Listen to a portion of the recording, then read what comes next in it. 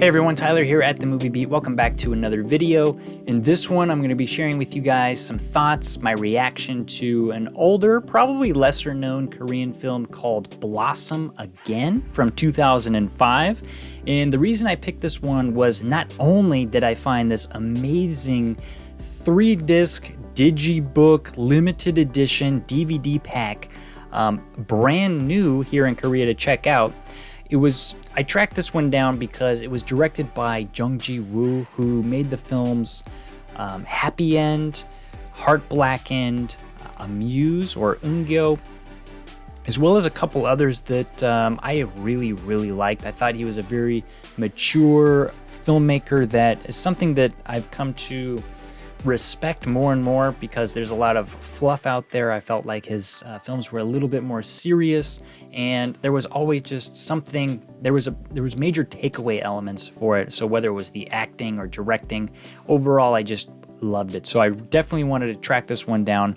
It's called Sarangni in Korean, which, you know, you might know this word sarang, which means love, but this actually means like wisdom tooth. So I guess there might be some nuance, some implication that the wisdom tooth might come out or begin to, you might be noticing it at that age when you have your first love. So maybe teenage years and whatnot. This is a film about first love and experiencing first love again for some very strange reasons. We'll get into that. I'll show you this, all the details of this package towards the end of the video, but let's just look at that front picture here on the cover. This is the lead actress, Kim Jung-eun, being embraced by a man. You can't see his face, but she's got her arms down, so she's not hugging him back. She looks very kind of confused. It's a little bit awkward. It's under the cherry blossoms, so kind of a lover's lane type setting, and she's kind of looking off into the distance. A little bit disbelief, a little bit awkwardness, but you might call it an embrace. She's not pushing him away. She's not, running. It's kind of how I feel about this movie. I want to embrace it, but I kind of feel awkward about it. And I think that that's kind of a positive takeaway if you like interpreting films, if you like kind of the ambiguity.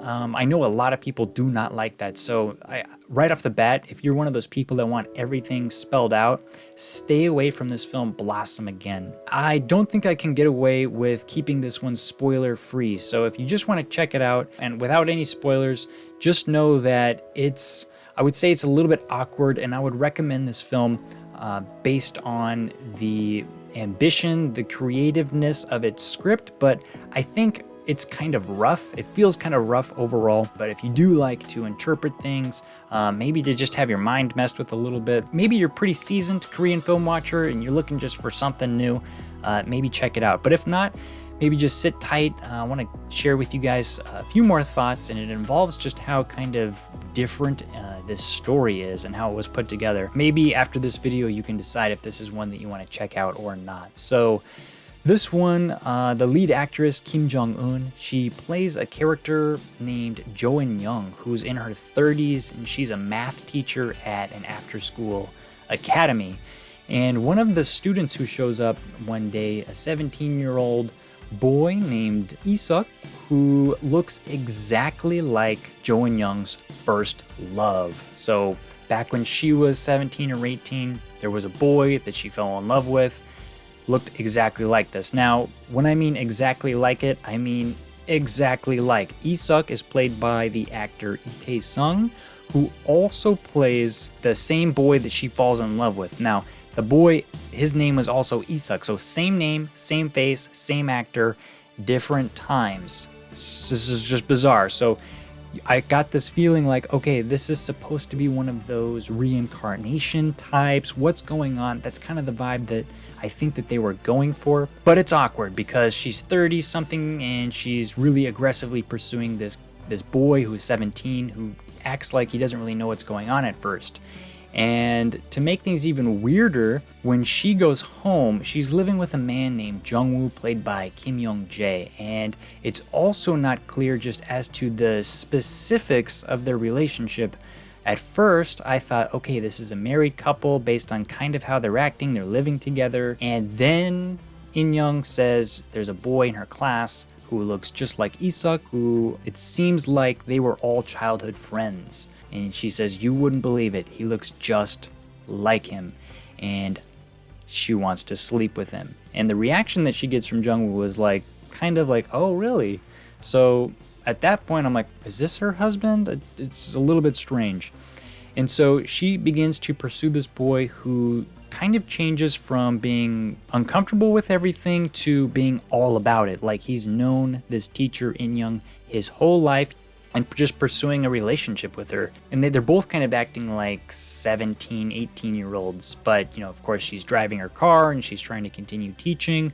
Her mind seems to be going off the rails because she can't teach her lessons correctly anymore. She's just really blinded by her first love coming back, and that she can actually go through and experience this now because there's a sense that something happened to this boy when she was younger and it didn't work out, and she's getting another shot at it. So that's kind of how this film opens up, and then we get the first flashback where we get a younger Jo In-young, and the actress who plays her is Jung Yu-mi. You guys probably know her from Train to Busan or from some Hong Sang-soo films. Kim Ji-young, born 1982, I believe it was.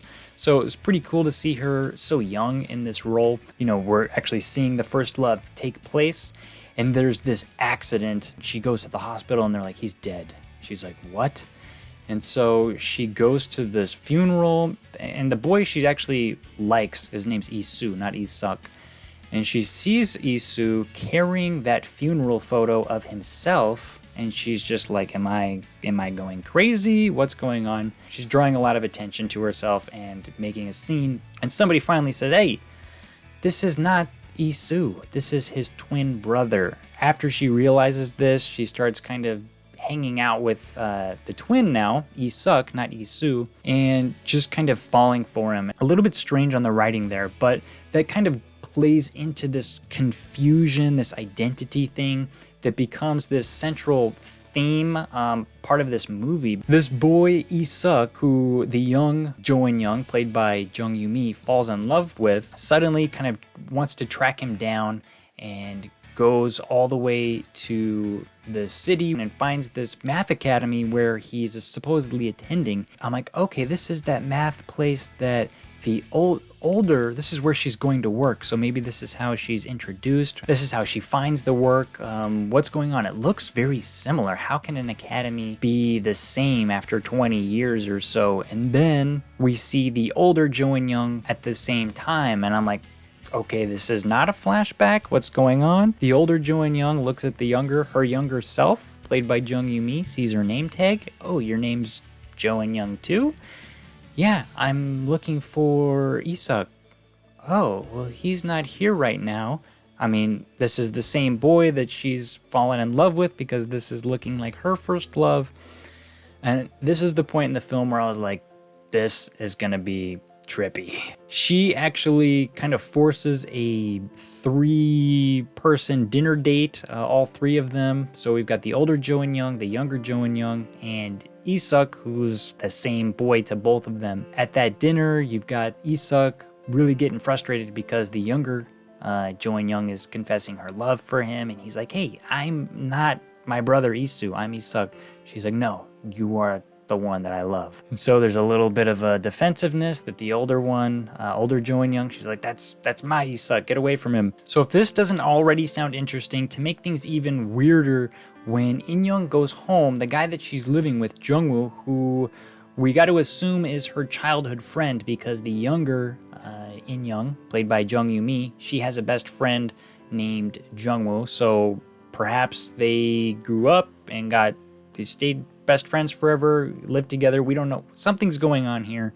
He announces that Isuk has just returned from the United States and he has invited him to come to some kind of a reunion dinner, and he's not going to tell Isuk that In-young's going to be there, and he wants it to be a surprise. He knows that Isuk is her first love and just how cool and exciting this is going to be, and she's like, timing.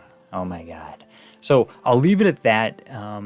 it gets a little bit more twisted than that, but I think does a pretty good job at blending that past and present and not really being very clear as to what is when, because at least for the older In Young, her house is located in an area called Samcheongdong that has that vibe of both past meets present, because they have really retained some of the architecture, the design of the traditional Korean houses, but you can still go to like cafes. It's kind of a trendy spot, but they've retained that traditional feeling. So you don't really know what time it is, because like half of her house is designed to look very modern and the other side of her house is designed to look really old. And these flashbacks that you and I, as the viewer, we think are flashbacks, the homes that they're in look almost more modern than the home that the adult In Young is living in. So they really covered their bases by, you can't really go back and say, hey, you tricked me, this is taking place in the past. It felt like a flashback, but it actually was taking place at the same time. So the design of the film, I think, was creatively done, but just how these characters interact with one another, the 30-year-old, really pursuing the 17-year-old boy, I gotta say, a lot of it was really awkward, uncomfortable. I think it was supposed to be, but I don't know if that makes it very enjoyable. The most fun that I had with this film was realizing how they did twist the timelines and how they put everything together and wanted to create that feeling of love blossoming again, even in the final sequence of this film, this dinner party where we have the younger Isuk with the older In Young, as well as the older Isuk and Jung-woo, the guy that In Young's living with. The younger In Young is gone at that point, but there's a moment where as they're drinking wine, they're talking, it's actually a really awkward meal. In Young starts kind of, she actually visits the dentist early on in the film and she's got some pain. So we got to imagine her wisdom tooth popping out, her sarangni, and this is to indicate that she is experiencing her first love all over again. So they kind of really want it to be confusing, a little bit trippy, but it was kind of a tough watch overall. I think I might enjoy it more watching it again. I'll be a lot less confused and maybe I can see some clues if they, put this together really well. And I think if you are a viewer that enjoys being confused and interpreting things your own way, I think there's a lot that you could enjoy in this film. My interpretation of the film changed several times. First, of course, I thought that they were flashbacks, and then I thought, okay, this is kind of a past meets present thing, and then there was a point in the film that I thought, this lady is straight up crazy, she's losing her mind, and her old memories are being confused with her new memories, because there's a point that even Jung-woo, he meets this Isuk who he's supposed to have known. It was his friend too when they were young. He's like, they look nothing alike. Jung-woo wouldn't say that because Isuk was his great friend too, and this is the same actor playing the same role, so clearly something is going on in In Young's mind to whatever this boy actually looks like. That is the face that her mind is projecting onto this body, and maybe she is the only one that can see it. So they definitely drop enough clues for that crazy interpretation to have some merit, but there's a lot of different ways that I think you could look at this movie. I might change my opinion on a second viewing, but I just kind of wanted to share with you guys this curiosity that I found. And you might really enjoy seeing this limited edition. Oh my God. So it's a really nice digibook package. You've got some nice shininess with the title there and on the spine.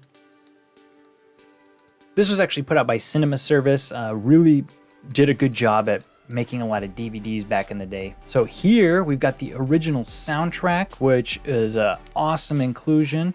It was good, but they used the music pretty sparingly, and there's a lot of scenes that, like the dinner scene, there's another like family eating there, but it's just so quiet, like nobody's talking, and I'm like, why don't they at least put on some music at this scene? So stuff like that kind of felt a little bit rough for me, and I wish they actually used some of this good music more often in the film. And then underneath, I think a great shot, I think that's one of the main posters. And here it says, 서른살 다시 첫사랑에 빠지다. 30 years old and falling for my first love again. Inside the soundtrack is actually a really well put together little leaflet pack. It's got a little synopsis, something about the director, Jung Ji-woo, his filmography down there at the time. So you can see, yeah, Happy End is probably his biggest film at that point. Key concepts for the film, character and cast, and the soundtrack. All the track listings. Really nice cover for this disc. I like how it does incorporate some of that traditional side of Korea, and then you've got kind of a modern mountain bike on the side there. So that's an excellent touch. And the package opens up, kind of a magnet here. And inside we've got the 2 discs. Real nice little patterns on there. And inside the digibook.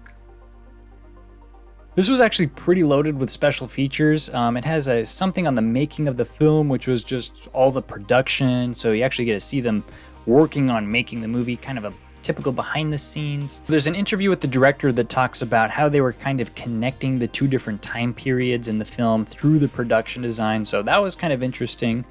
We have something on the 2 main characters, so that's an interview with the lead actors. There's a commentary of remembering the different time periods. There's an interview with the music director. There's a photo commentary, music video, trailer, and teaser. So pretty interesting film overall. I'm very curious to hear if you guys have seen or heard of this film and what your thoughts are on it. I guess just the TLDR on this one. A little bit rough, very awkward, but kind of admirable just how they put this film together. Some of the surprises that I had with seeing things unfold. I personally like to be surprised. I like to be thinking. I like to be a little bit uncomfortable, and for those things, this movie did it pretty well. So I don't think I was very moved at all, but I was like commending the production and everything. So I guess I'm gonna probably rate this one a 5.5, 6-ish, probably a 6 out of 10. I could change based on repeat viewing, but wasn't blown away, but pretty impressed, and it's probably gonna be stuck in my mind for a while, just because of, like I said, just how weird and ambiguous everything was. It's one that you might spend some time thinking about afterwards, so let me know if it was enough to make you wanna check it out, or perhaps stay far away. I assume it could be either one of those. As always, if you guys enjoy this, please like and subscribe. Until next time, I'm Tyler at The Movie Beat. Keep watching movies.